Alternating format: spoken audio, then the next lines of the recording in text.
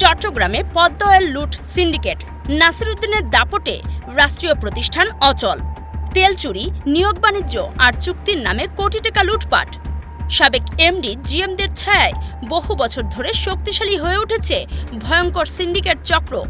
বিস্তারিত দেখুন চট্টগ্রাম থেকে কবির হোসেন পাটোয়ারির পাঠানো 3 পর্বের ধারাবাহিক অনুসন্ধানী প্রতিবেদনের দ্বিতীয় পর্বে। চট্টগ্রামের রাষ্ট্রায়ত্ত পদ্মা অয়েল কোম্পানির ভেতরে দীর্ঘদিন ধরে জমে ওঠা অনিয়ম, তেল চুরি, নিয়োগ বাণিজ্য আর চুক্তি সিন্ডিকেটের বিষয়টি নতুন কিছু নয়, কিন্তু সাম্প্রতিক অনুসন্ধানে যে চিত্র পাওয়া গেছে তা আরও ভয়ানক। স্থানীয় সূত্র জানায়, শূন্য অবস্থা থেকে ক্ষমতাসীন মহলের আশ্রয়ে সিবিএ নেতা হয়ে ওঠা নাসিরউদ্দিনের কারণে পুরো প্রতিষ্ঠান আজ ভয়াবহ অনিয়মের দোলাচলে। অভিযোগ আছে, তেল চুরি থেকে শুরু করে চুক্তিভিত্তিক নিয়োগ সবকিছুতেই নাসির ছিল কেন্দ্রবিন্দু। তার পেছনে কাজ করত সাবেক এমডি প্রকৌশলী আব্দুস সোবহান, জিএম আসিফ মালিক সহ কিছু কর্মকর্তার নেটওয়ার্ক।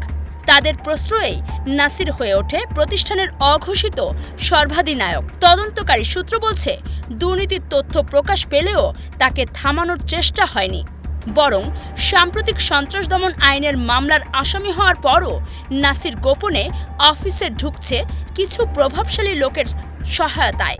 গত অক্টোবর মাসে আনোয়ারা থানায় দায়ের হওয়া মামলার নথিতে উঠে এসেছে আরও কয়েকজন প্রভাবশালী ব্যক্তির নাম। তেল চুরি সিন্ডিকেটের বিস্তারে তাদের ভূমিকা নিয়ে সরকারি মহলেও আলোচনা চলছে। এটা ওপেন সিক্রেট, সে যখন খুশি তখনই আসবে, সই করে দিয়ে 2-4 দিন একাধারে সে সই করে না, এটা ব্ল্যাঙ্ক পড়ে আছে, হঠাৎ করে দেখি আমরা এটা সই করে ফেলছি। আমরা এটা কর্তৃপক্ষকে জানাইছি, এর বিরুদ্ধে কোনো ব্যবস্থা এখনও পর্যন্ত নেওয়া হয়নি।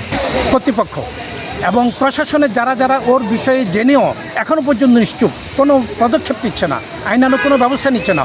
তার দুর্নীতির কারণেও দুদকের দ্বারা সে মামলাগ্রস্ত হয়েছে, সে মামলায় তার জেল হয়েছে, সে প্রায় 18-19 দিন জেলে ছিল। ওই অবস্থায় কর্তৃপক্ষ এতই অনুগত ছিল তার প্রতি, তাকে ওই অবস্থায় কোম্পানি থেকে গাড়ি দেওয়া হয়, সেই গাড়ি সে পারিবারিকভাবে ব্যবহার করে। ট্রান্সপোর্টের গাড়ি তো একজন অপরাধী পেতে পারে না, কোম্পানির কর্মরত অফিসাররা পেতে পারে, সিবিএ পেতে পারে, কিন্তু সে তো তখন জেলে অপরাধে। কারণ তার বাসায় গাড়ি দেওয়া হলো কেন, এটা আমার তীব্র প্রতিবাদ জানাচ্ছি। গত বছরের 26শে মে কলকারখানা পরিদর্শক অধিদপ্তরে 2 কর্মচারীর অভিযোগেও উঠে আসে আরিফ মোহাম্মদ হাসান আজম, মোস্তাক আহমদ চৌধুরী, আমিনুল হক ও সিকিউরিটি ইনচার্জ শাহজাহান খানের নাম। এদিকে সারা দেশে পদ্মা অয়েলের 17টি ডিপো থেকে তেল চুরি ছিল সিন্ডিকেটের সবচেয়ে বড় আয়ের উৎস। চুক্তিভিত্তিক কর্মীদের দিয়ে সামান্য টাকায় কাজ চালালেও তাদের স্থায়ী করার প্রক্রিয়া বছরের পর বছর আটকে রাখা হয়েছে, যাতে সিন্ডিকেটের প্রভাব অটুট থাকে। তেল চুরি, নিয়োগ বাণিজ্য আর চুক্তির নামে কোটি কোটি টাকা লুটের অভিযোগ রয়েছে নাসিরের বিরুদ্ধে। অগ্রযাত্রা প্রতিদিনের মাল্টিমিডিয়া প্ল্যাটফর্মে অনুসন্ধানী প্রতিবেদন প্রকাশের পর সংবাদ বন্ধ করতে ভাড়া করা উকিলের মাধ্যমে লিগ্যাল নোটিশ পাঠানো হয়েছে, তবু সত্য আড়াল করা সম্ভব হয়নি। এ বিষয়ে কোম্পানির ব্যবস্থাপনা পরিচালক মোহাম্মদ মফিজুর রহমানের সঙ্গে বারবার যোগাযোগ করেও কোনো প্রতিক্রিয়া মেলেনি। রাষ্ট্রীয় এই প্রতিষ্ঠানে কি চলছে? কারা নাসিরকে লালন করেছে এতদিন? কারা কোটি টাকার সরকারি সম্পদ হাতিয়ে নিয়েছে বছরের পর বছর? সব প্রশ্ন এখন জনমনে আরও ঘনীভূত।